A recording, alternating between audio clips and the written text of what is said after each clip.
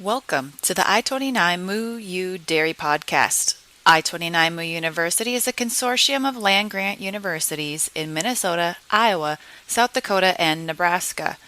This podcast covers timely news, information, and research for today's dairy industry. Hi, my name is Jim Salfer. I'm with the University of Minnesota and I'm a dairy educator in central Minnesota. Today's podcast, where I'm joined by two colleagues that I work closely with, Fred Hall from Iowa State University and Jenn Bentley from Iowa State University, one in the northwest part of the state, Fred, and Jenn is in the northeast part of the state. Welcome, Fred and Jenn.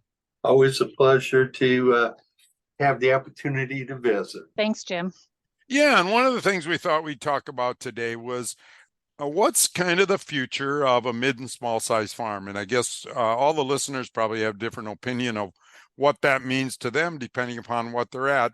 But in central Minnesota here, we've got a lot of small farms yet and mid-sized farms. And I get the question a lot about, do I have a future in the industry? Everybody in the upper Midwest, and I think if you've been a part of the upper Midwest dairy industry, you probably kind of have the same question. So we thought we'd kind of discuss, ponder, and maybe debate that issue today. So I don't know, Fred or Jenn, do you guys have any thoughts and opinions, or I could go through a little bit on what our FinBin database at the University of Minnesota shows? Yeah, Jim, I think before we even get started talking about that is kind of take one step back and just have a little conversation about the demand for dairy products and that overall continuation. I think I was at one of your meetings last week and you were talking about population, right? And then we had some demand there for the population. So maybe first kick it off with that.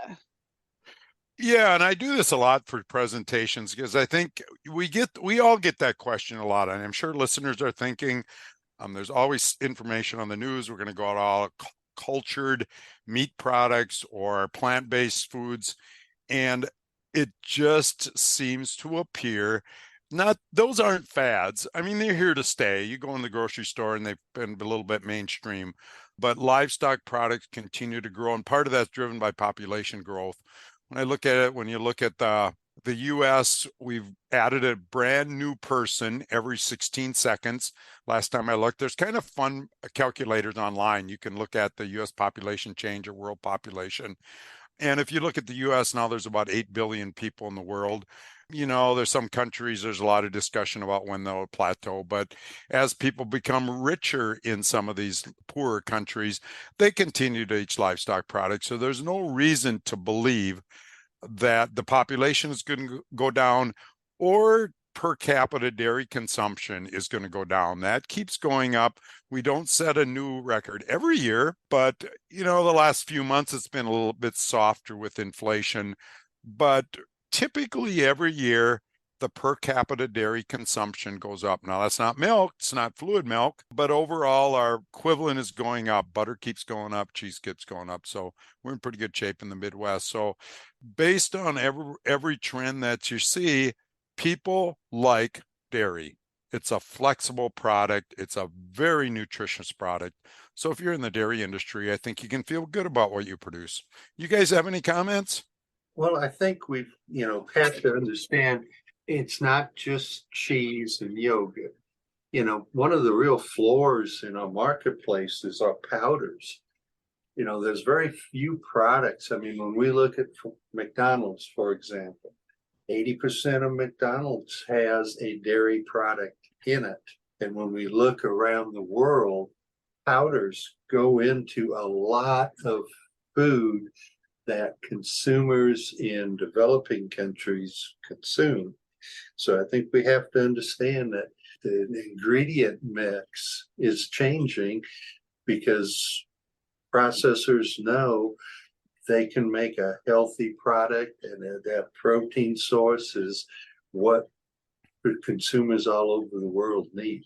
Yeah, I think you're right, Fred. There was a presentation I was to a couple of years ago that a guy from Adam Locke, actually from Michigan State, talked about. And when you look at the nutrients that humans have a challenge getting, most of those are very high in dairy products.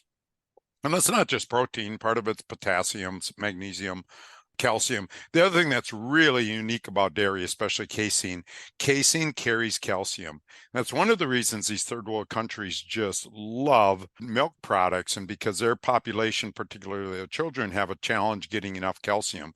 And so if they can get dairy products into them, they also get that calcium. And it's a very available form of calcium. I mean, we always can get limestone cheap, but limestone's not very affordable, nor does it taste very good. So I think you're right, Fred.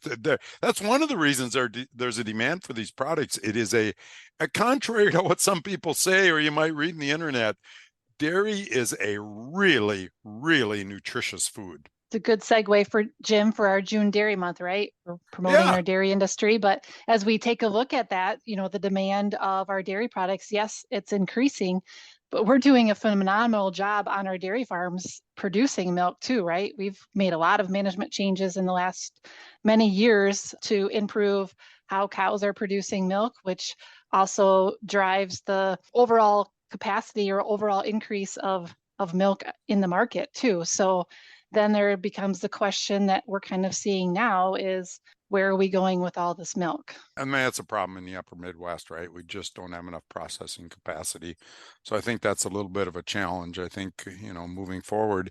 And I think that is partly kind of what spurred this discussion is, what is the future in the upper Midwest primarily? If you go to Kansas or Texas, they have smaller farms, but nothing kind of relative to what we have. And so I think that is true. And when you look at some of the profitability, as Jen, as you mentioned, we're really good at making milk.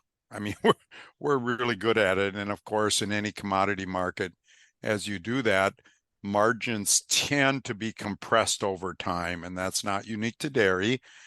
Crops tend to be the same way. And of course, the lumber industry tends to be the same way. And mining seems to be the same way. You get bigger equipment, more efficient equipment.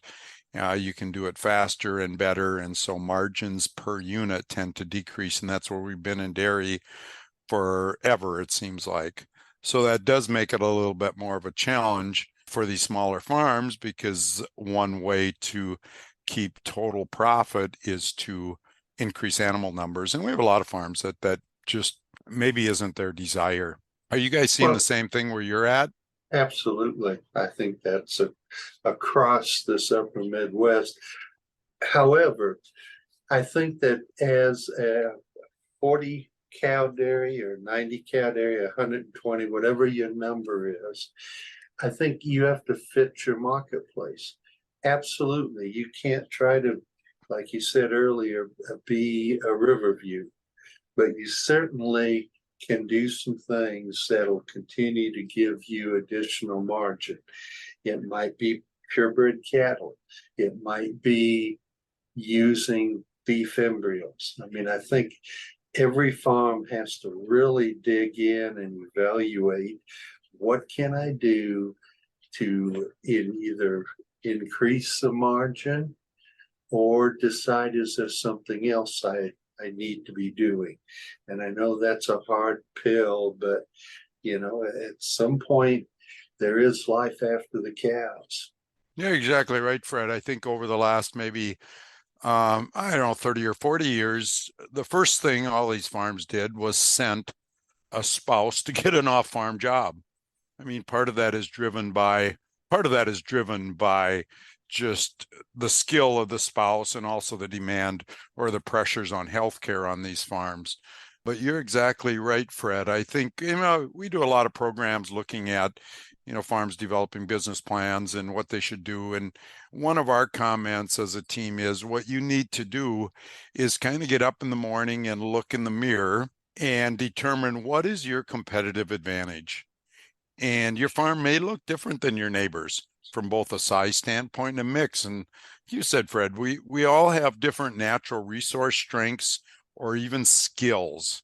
And so what are you really, really good at that you can take advantage of and be a winner in the marketplace in that area? That might be low cost. Maybe you're a good crop producer. That's when I think about some of our dairy farmers are good crop producers. So they can have above average crops and they can be good with cows. Some of them are really bad crop producers. And the best thing they can do is really have their crops custom farmed. So I think the same thing you could say, have the same argument with heifers. What are you seeing in Northeast Iowa, Jen? What are some of these kind of mid-sized farms doing to try and stay competitive? Well, I think both of you said, some of the exact same things that I would say, and just kind of finding their niche. And, we have some that are looking at on-farm processing too, right? That's another niche that can be utilized if you have somebody that's skilled in making some of those products, and then having someone on your farm that is good at marketing and promotion to market those products. You can develop quite a niche just by selling your milk that way too. I find that getting to be more interest, I would say, in this area. Definitely, Jim, like you said, the crops, we have a diverse type of dairy. We have grazers who utilize pastures very well. They can manage those and get good milk production, good health on the cows by grazing. That's another way that some of our farms are kind of maximizing where they're at too. Yeah, I don't know. Maybe this is unique to Minnesota because we've got no, you guys have a lot of swine and poultry in Iowa too. But a few other things people are doing up here is if they don't want to expand the dairy, they might build a contract or two, maybe a poultry finishing barn or a hog finishing barn. Those are reasonably low in labor. Margins aren't real high, but it does help stabilize that income. As the milk income fluctuates, a contract barn. So there are, so there's not a one size fits all. The other, I think, model that has kind of surprised me, I've always thought hobby dairy farms were impossible, but we have now some smaller farms. I guess they're smaller, that are bringing in sons or daughters, and those sons and daughters are working off the farm. They'll continue to work off the farm, and they're maybe putting in robots or something that allows them to have some flexibility. So there's some that are consciously saying, yeah, I know a robot barn is really expensive, but it will allow my next generation to work off the farm. And by all accounts, their goal is to continue to work off the farm. And so I shouldn't say the dairy farm is a hobby, because I don't think that's really possible. But they want to be dairy farmers. They really like the cows. They don't want to get big. And so I just didn't think I'd ever see that. And I'm hearing more of that. I don't know if you guys are hearing that in your areas at all. We see that across our landscape here in Northeast Iowa. Just, the smaller herd size is maybe a little bit more conducive to some of our family farms who don't have the labor option, or that just provides them a little bit more flexibility in their day, as well as if they have off-farm jobs to continue, like you said, to dairy. I think that's one of the things that we have been with blinders on. We thought, if I'm going to bring in my son or daughter-in-law or daughter, we have to look at this get bigger dairy. And now I think you hit it on the head. We're looking at other things. We want to be close to our family. We enjoy the cows. So maybe we do this a little differently than how dad and granddad brought the next generation in.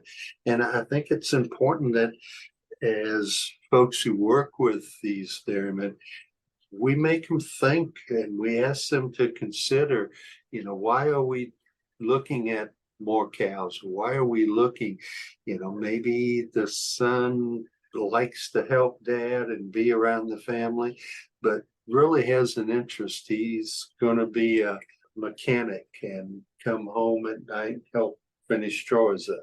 So, yeah, I think we're seeing more of that. Yeah, it's an interesting, Fred. I was just talking to a producer actually over in Wisconsin, and she happens to be a female, works off the farm, and I think it's just a kind of a family friend. And she said, I'm the herdsman on the farm for the weekends, so they can get away. And again, it's a robot farm. And so I think in the areas where there's still a lot of young people that really like cows, I think there's some areas that's not that common, but they just like working on dairy farms. They like working with cows. And so, as you mentioned, I think there's again, it's just being creative. I think there's a message out of this podcast that says, just don't box yourself in thinking that there's a certain way to do this.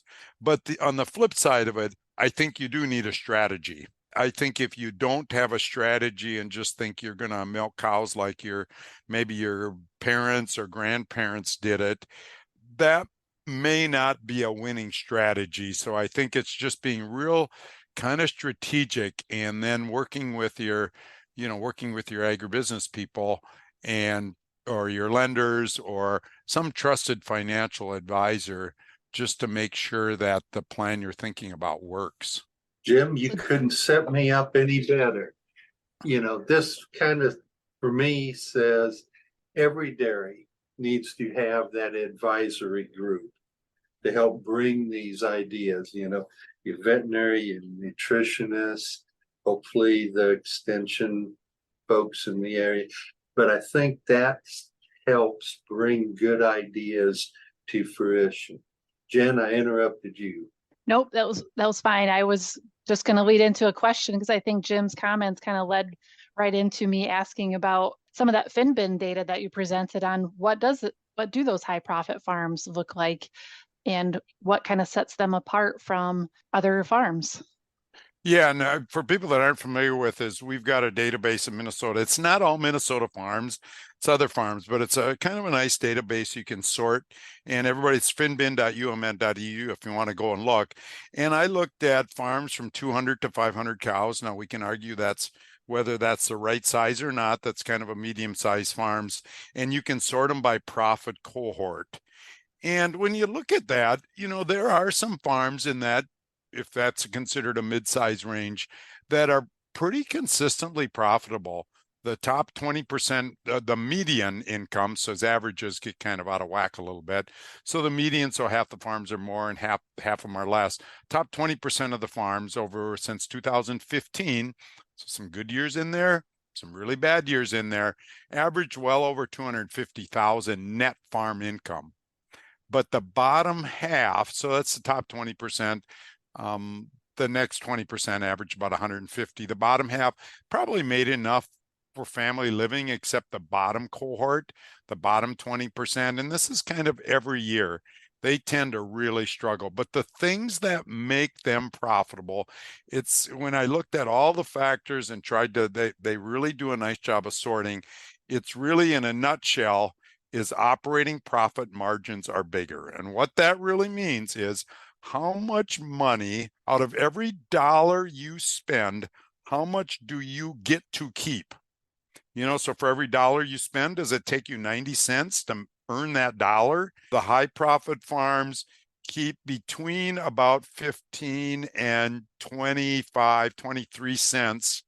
These are about the top half, keep between 15 and 25 cents for every dollar that they bring in, they get to keep as net farm income. The ones that are below that make less. The other thing is asset turnover rate. So basically what that is out of all the income, all of your assets, how much revenue do you generate on an annual basis? And basically what it means is how hard are your assets. So higher profit farms have harder working assets. So when they invest in an asset, it generates some more income. Now, this can be a little bit of a challenge because land is not a real hardworking asset. It grows over time. But I think those are the two things I think these smaller farms that are going to be profitable have to think about, is investing in assets that make them more money and will make them more money in the future.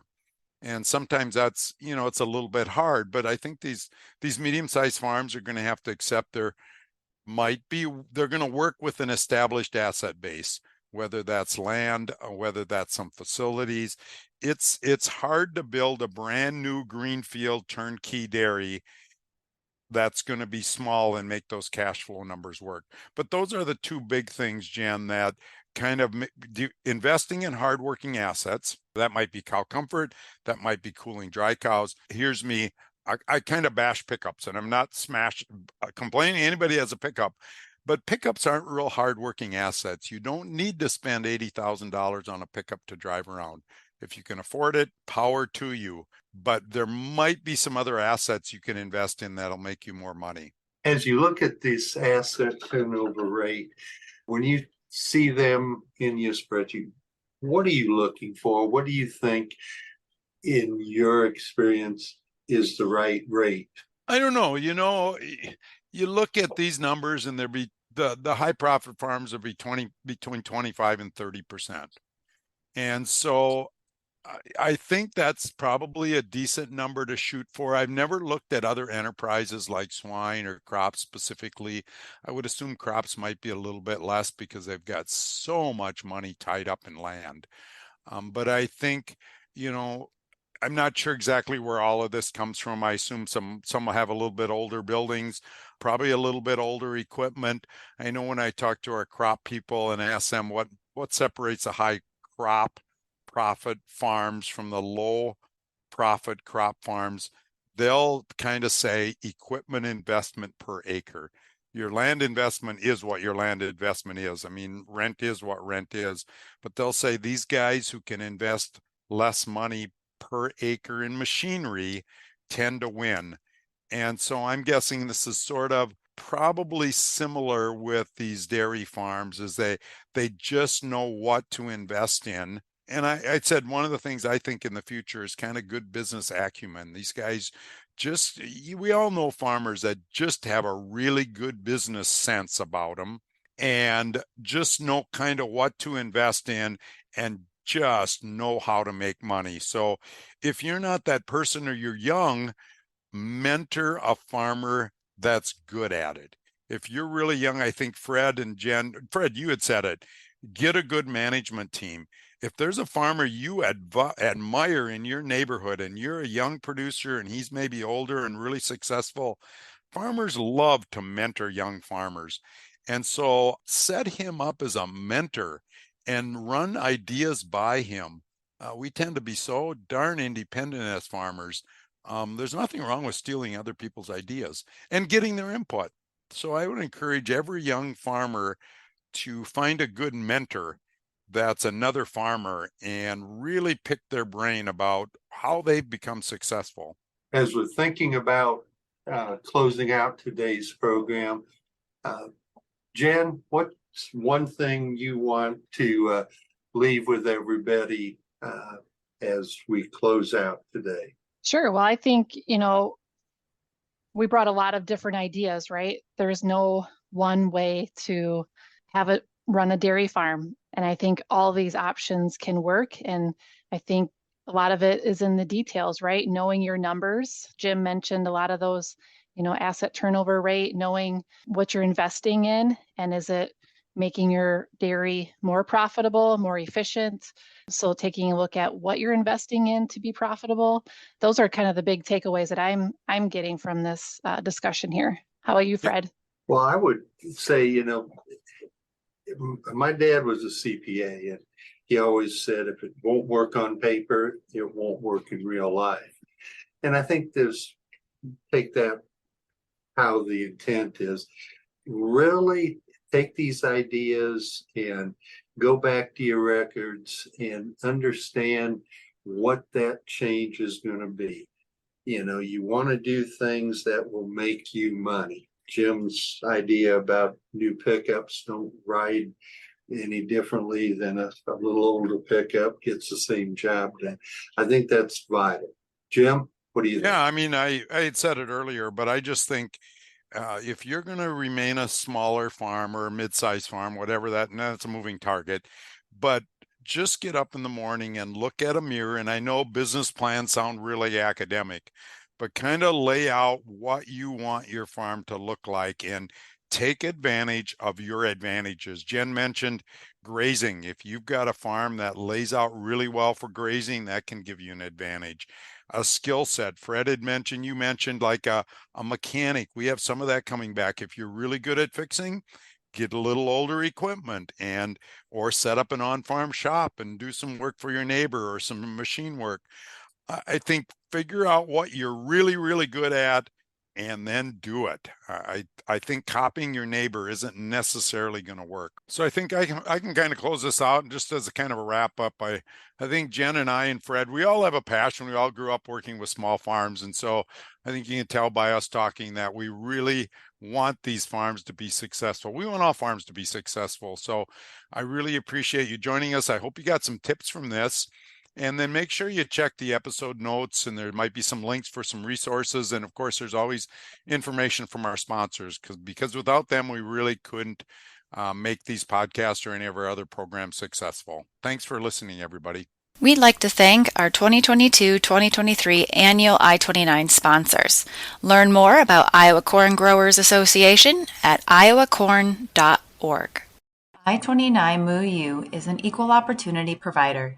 For the full non-discrimination statement or accommodation inquiries, go to extension.iastate.edu/diversity/EXT.